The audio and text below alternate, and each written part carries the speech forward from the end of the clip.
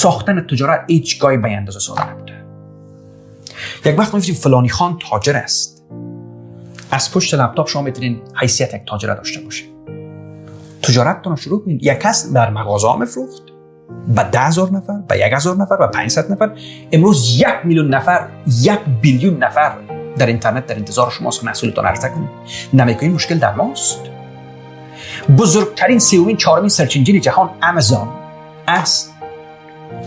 از پاکستان از اونجا میفروشه. چرا شما شروع نمیکنید؟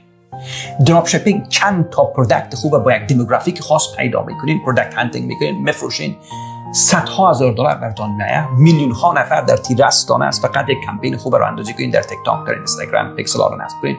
چرا نمیکنین؟ چرا استفاده نمیکنین؟ 100 بیلیون دلار تنها کریتر اکانومی است. استفاده نمیکنین. تریدینگ و اینوستمنت، بازار ارزهای دیجیتال به جای رسیده که باز